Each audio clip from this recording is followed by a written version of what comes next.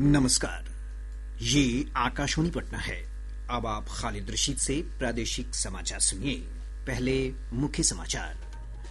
लोकसभा में विपक्ष के नेता राहुल गांधी ने प्रधानमंत्री नरेंद्र मोदी पर गंभीर आरोप लगाए। सरकार ने आरोपों को निराधार बताया।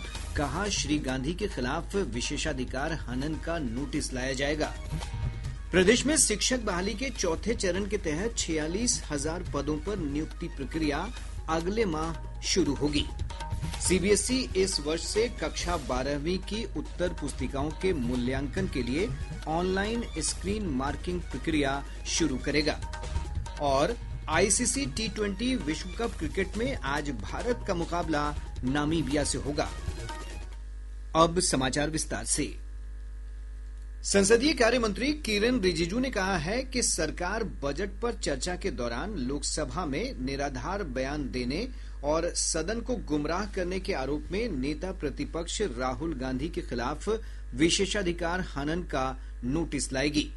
मीडिया से बातचीत करते हुए श्री रिजिजू ने कहा कि राहुल गांधी ने प्रधानमंत्री नरेंद्र मोदी के खिलाफ भी निराधार आरोप लगाए हैं। हम राहुल गांधी के खिलाफ विशेषाधिकार हनन का नोटिस लाने जा रहे हैं। उन्होंने सदन को गुमराह किया है और बिना किसी आधार के बयान दिए हैं। लोकसभा और राज्यसभा के कामकाज के नियम बहुत स्पष्ट हैं। अगर कोई सदस्य किसी दूसरे सदस्य पर गंभीर आरोप लगाता है तो उसे पहले इसकी सूचना देनी होती है और अपने आरोपों के सबूत भी पेश करने होते हैं। श्री रिजिजू ने सवाल उठाया कि बिना कोई नोटिस दिए इतने गंभीर आरोप किस आधार पर लगाए गए। उन्होंने कहा कि लोकसभा और राज्यसभा में आरोपों को प्रमाणित करने के लिए प्रक्रिया और कार्य संचालन के स्पष्ट नियम हैं। श्री रिजिजू ने यह भी आरोप लगाया कि राहुल गांधी ने केंद्रीय मंत्री हरदीप सिंह पुरी के खिलाफ भी बिना नोटिस दिए आरोप लगाए, जो विशेषाधिकार का गंभीर उल्लंघन है। उन्होंने कहा कि सरकार इस संबंध में अध्यक्ष को आवश्यक नोटिस देगी। कांग्रेस के नेतृत्व वाले विपक्षी दलों द्वारा लोकसभा अध्यक्ष ओम बिरला के खिलाफ लाए गए अविश्वास प्रस्ताव पर बजट सत्र के दूसरे चरण में विचार किया जाएगा। बजट सत्र का दूसरा चरण 9 मार्च से शुरू होकर 2 अप्रैल तक चलेगा। विधानमंडल का बजट सत्र जारी है। इस दौरान विधानसभा और विधान परिषद में बजट पर चर्चा और कटौती प्रस्तावों पर वाद विवाद के बीच कई महत्वपूर्ण घोषणाएं की गई हैं। उप मुख्यमंत्री सह राजस्व और भूमि सुधार मंत्री विजय कुमार सिन्हा ने विधान परिषद में बताया कि भूमि सुधार जन संवाद महाअभियान में अब तक 46 लाख आवेदन मिले हैं। इसमें 40 लाख में नाम, पता और खाता संबंधित गड़बड़ियां पाई गई हैं। उन्होंने कहा कि विवादित मामलों को राजस्व न्यायालय देखेगा, लेकिन जिन मामलों में विभागीय स्तर पर सुधार हो सकता है उसमें कार्रवाई की जा रही है। जिस दिन 40 लाख लोगों का परिमार्जन कर देंगे तो मात्र 6 लाख आवेदन पर ही हमको आगे की सुनवाई का समाधान करना पड़ेगा। आज इसके परिमार्जन के नहीं होने के कारण महोदय कहीं न कहीं हमारा केंद्र और राज्य की कई योजनाओं से मेरे किसान वंचित रह जाते हैं। 46 लाख आवेदन का हमने जिक्र किया है महोदय, लेकिन इनके प्रश्न जो है उसके हिसाब से 8,363, जिसमें 2,414 आवेदन का हमने समाधान कर दिया महोदय। इधर मद्य निषेध विभाग से जुड़े प्रश्न का उत्तर देते हुए प्रभारी मंत्री अशोक चौधरी ने कहा कि बिहार में मादक पदार्थों की तस्करी और उपयोग के खिलाफ केंद्र और राज्य सरकार संयुक्त रूप से अभियान चलाएगी। अभी तक उत्तर प्रदेश की सीमा पर 23, पश्चिम बंगाल की सीमा पर 8, झारखंड की सीमा पर 19 एवं नेपाल की सीमा पर 17 चेकपोस्ट कार्यरत हैं। सभी चेकपोस्ट पर सीसीटीवी कैमरा और ब्रेथ एनालाइजर उपलब्ध है। इसके अलावा नेपाल सीमा पर एसएसबी के सहयोग से जांच कर छापामारी अभियान चलाया जा रहा है। सरकार संवेदनशील है। हम लोग भविष्य में भी जो इन बातों की चर्चा माननीय सदस्यों ने किया है उस पर हम लोग और सघन काम शुरू करेंगे कि हमारा समाज के साथ साथ हमारी पुलिस व्यवस्था और केंद्र और बिहार सरकार दोनों मिलकर के ड्रग्स के खिलाफ एक मजबूत अभियान बिहार में चलाएंगे। प्रदेश में शहरी सड़कों की ऊंचाई बढ़ाने से पहले विभाग से अनुमति लेना अनिवार्य होगा। पथ निर्माण मंत्री दिलीप जायसवाल ने विधान परिषद में राजद के अब्दुल बारी सिद्दीकी के ध्यानाकर्षण का जवाब देते हुए कहा कि जिन सड़कों की ऊंचाई बढ़ने से जल जमाव की समस्या हो रही है वहां पुरानी सड़क को उखाड़कर पहले के स्तर तक लाया जाएगा। मंत्री ने कहा कि इसके बाद सड़क निर्माण किया जाएगा। इस बीच पथ निर्माण विभाग के अभियंता प्रमुख सह अपर आयुक्त की ओर से जारी निर्देश के अनुसार प्रमाणिक अनुमति के बिना सड़कों की ऊंचाई नहीं बढ़ाई जाएगी। संबंधित अधिकारियों द्वारा सड़क निर्माण के दौरान जल निकासी की व्यवस्था भी की जाएगी। पटना औरंगाबाद हरिहरगंज सड़क को 4 लेन में बदला जाएगा। पथ निर्माण मंत्री दिलीप जायसवाल ने विधानसभा में बताया कि इस सड़क के चौड़ीकरण के लिए विस्तृत परियोजना रिपोर्ट बनाई जा रही है। उन्होंने बताया कि इस संबंध में केंद्रीय सड़क परिवहन और राजमार्ग मंत्री नितिन गडकरी को पत्र लिखा गया था। पत्र का उत्तर मिलने के बाद केंद्र ने डीपीआर की मांग की है। पटना को दक्षिण बिहार के प्रमुख जिलों से जोड़ने वाली इस सड़क के 4 लेन होने से आवागमन सुगम होगा। अनुसूचित जाति अनुसूचित जनजाति कल्याण मंत्री लखेंद्र कुमार रोशन ने कहा है कि SC/ST के विद्यार्थियों को उच्च शिक्षा के लिए विदेश भेजा जाएगा। उन्होंने विधान परिषद में बताया कि इस वर्ग के छात्रों को केंद्रीय योजना के तहत विदेश भेजा जाएगा। मंत्री ने कहा कि विभाग इस वर्ग की बेहतरी के लिए हर संभव कदम उठा रहा है। श्री रोशन ने कहा कि छात्राओं के लिए सभी 38 जिलों में सावित्रीबाई फूले छात्रावास की स्थापना को भी मंजूरी दी गई है।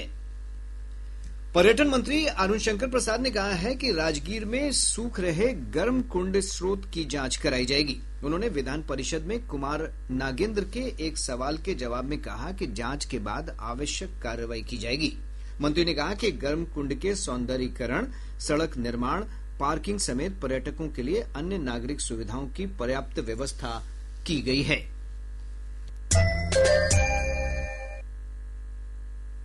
प्रादेशिक समाचार आप आकाशवाणी पटना से सुन रहे हैं।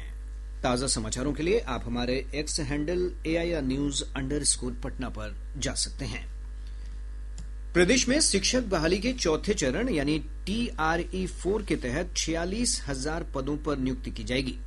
बिहार लोक सेवा आयोग इस संबंध में मार्च में विज्ञापन जारी करेगा।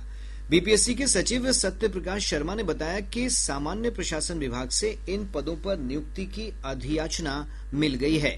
आयोग के अनुसार शिक्षा विभाग के तहत संचालित कक्षा 1 से 12वीं के स्कूलों में विद्यालय अध्यापक की नियुक्ति की जाएगी। इन विद्यालयों में 44,500 शिक्षक पदों पर बहाली होगी। इसके साथ ही अनुसूचित जाति जनजाति कल्याण विभाग और पिछड़ा वर्ग कल्याण विभाग के तहत संचालित विद्यालयों में 1500 विद्यालय अध्यापक और प्रधानाध्यापक पदों पर भी नियुक्ति की अधियाचना प्राप्त हुई है। गौरतलब है कि 3 चरणों में अब तक 2,27,000 शिक्षकों की बहाली की जा चुकी है। केंद्रीय माध्यमिक शिक्षा बोर्ड CBSE इस वर्ष से कक्षा 12वीं की उत्तर पुस्तिकाओं के मूल्यांकन के लिए ऑनलाइन स्क्रीन मार्किंग प्रक्रिया लागू करेगा। हालांकि कक्षा 10वीं की उत्तर पुस्तिकाओं का मूल्यांकन पहले की तरह ही भौतिक रूप से किया जाएगा। CBSE के परीक्षा नियंत्रक संयम भारद्वाज ने बताया कि बोर्ड ने दक्षता और पारदर्शिता बढ़ाने के लिए इस वर्ष की परीक्षा से मूल्यांकन की नई व्यवस्था शुरू करने का निर्णय लिया है। बोर्ड ने इस वर्ष से कक्षा 10वीं की द्वितीय बोर्ड परीक्षा आयोजित करने की भी घोषणा की है। ये परीक्षा उन छात्रों के लिए वैकल्पिक होगी जो अपने प्रदर्शन में सुधार करना चाहते हैं। बोर्ड ने बताया कि वो कल सुबह 11 बजे परीक्षा संचालन और ऑन स्क्रीन मार्किंग के दिशा निर्देशों को समझाने के लिए एक लाइव वेबकास्ट का आयोजन करेगा। IIT पटना के बिहटा परिसर में mega AI centre of excellence बनाया जाएगा। मुख्य सचिव प्रत्यय अमृत ने AI मिशन की बैठक में बताया कि इस सेंटर के निर्माण पर 60 करोड़ रुपए खर्च होंगे। उन्होंने कहा कि इसके लिए 11 एकड़ भूमि चिन्हित की जाएगी। इस सेंटर के माध्यम से संसाधनों का अधिकतम उपयोग होगा और प्रदेश के विकास में उनकी भूमिका सुनिश्चित की जाएगी। श्री अमृत ने बताया कि AI का उपयोग कर बाढ़ प्रबंधन और इसके पूर्वानुमान को सटीक बनाने के साथ ही कृषि और स्वास्थ्य क्षेत्रों में सुविधाओं का विस्तार किया जाएगा। नगर विकास एवं आवास विभाग ने सरकारी राशि के दुरुपयोग के आरोप में सहरसा नगर निगम की मेयर बैन प्रिया समेत 3 लोगों के खिलाफ प्राथमिकी दर्ज कराने का निर्देश दिया है। मामले में नगर आयुक्त को अनुपालन रिपोर्ट भेजने को कहा गया है। मेयर के खिलाफ स्ट्रीट लाइट, डेकोरेटिव लाइट के रखरखाव और मेंटेनेंस के नाम पर प्रति माह 50 लाख रुपए के दुरुपयोग का आरोप है। केंद्र सरकार ने राष्ट्रगीत वंदे मातरम के गायन के संबंध में विस्तृत दिशा निर्देश जारी किए हैं। इसमें कहा गया है कि जब भी राष्ट्रीय गीत और राष्ट्रगान एक साथ गाया जाए तो राष्ट्रीय गीत के सभी 6 छंद गाना अनिवार्य होगा। गृह मंत्रालय के अनुसार राष्ट्रपति के आगमन, राष्ट्रीय ध्वज फहराने और राज्यपालों के संबोधन जैसे प्रमुख राजकीय अवसरों पर पूरे 6 छंद वाला राष्ट्रीय गीत गाया जाना अनिवार्य होगा। आईसीसी टी20 विश्व कप क्रिकेट में आज भारत का मुकाबला नामीबिया से होगा। यह मैच शाम 7 बजे से दिल्ली के अरुण जेटली स्टेडियम में खेला जाएगा। आज के अन्य 2 मैचों में श्रीलंका का मुकाबला ओमान से उनके घरेलू मैदान बालागोला में सुबह 11 बजे से होगा। वहीं मुंबई के वानखेड़े स्टेडियम में नेपाल का मुकाबला इटली से दोपहर 3 बजे से होगा। खगड़िया के पुलिस अधीक्षक राकेश कुमार ने विभिन्न कांडों में बेहतर अनुसंधान करने वाले 6 पुलिस पदाधिकारियों को प्रशस्ति पत्र देकर सम्मानित किया। वहीं एसपी के नेतृत्व में खगड़िया शहर में नशा मुक्ति जागरूकता रैली का आयोजन किया गया। शिवहर जिला के तरियानी थाना क्षेत्र से पुलिस ने मुंबई में चोरी की घटना को अंजाम देकर फरार अपराधी को 1 किलो चांदी के साथ गिरफ्तार कर लिया। वैशाली जिले में किसान रजिस्ट्री अभियान के तहत अब तक सबसे अधिक 2,06,000 से अधिक किसानों का रजिस्ट्रेशन हुआ है। जिले में 96% किसानों का रजिस्ट्रेशन पूरा कर लिया गया है। अब पटना से प्रकाशित प्रमुख समाचार पत्रों की सुर्खियां। आज के सभी समाचार पत्रों ने अलग अलग खबरों को प्रमुखता से प्रकाशित किया है। हिन्दुस्तान ने शिक्षक भर्ती से जुड़ी खबर पर लिखा है, बीपीएससी को 46,000 रिक्तियां भेजी गईं। दैनिक जागरण ने भारत अमेरिका व्यापार समझौते को सुर्खी बनाते हुए लिखा है, ट्रेड डील से दाल बाहर, 500 अरब डॉलर की खरीद भी जरूरी नहीं। दैनिक भास्कर ने सुप्रीम कोर्ट के आदेश का शीर्षक लगाया है, पटना जिला परिषद के अध्यक्ष का फिर होगा चुनाव, 2 साल से चल रहा था केस। प्रभात खबर ने केंद्रीय गृह मंत्रालय के निर्देश को सुर्खी बनाते हुए लिखा है, राष्ट्रगान से पहले राष्ट्रगीत का गायन। आज अखबार लिखता है, लोकसभा में नेता प्रतिपक्ष राहुल गांधी के खिलाफ विशेषाधिकार हनन प्रस्ताव लाने की तैयारी।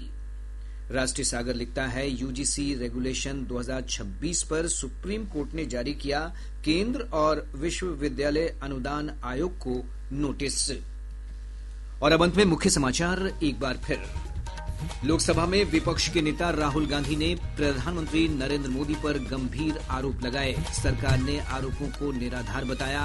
कहा, श्री गांधी के खिलाफ विशेषाधिकार हनन का नोटिस लाया जाएगा। प्रदेश में शिक्षक बहाली के 4थे चरण के तहत 46,000 पदों पर नियुक्ति प्रक्रिया अगले माह शुरू होगी। सीबीएसई इस वर्ष से कक्षा 12वीं की उत्तर पुस्तिकाओं के मूल्यांकन के लिए ऑनलाइन स्क्रीन मार्किंग प्रक्रिया शुरू करेगा। और आईसीसी टी20 विश्व कप क्रिकेट में आज भारत का मुकाबला नामीबिया से होगा। इसके साथ ही आकाशवाणी पटना से प्रसारित प्रादेशिक समाचार का ये अंक समाप्त हुआ। आकाशवाणी पटना से अगला समाचार बुलेटिन दोपहर 2 बजे प्रसारित किया जाएगा। नमस्कार।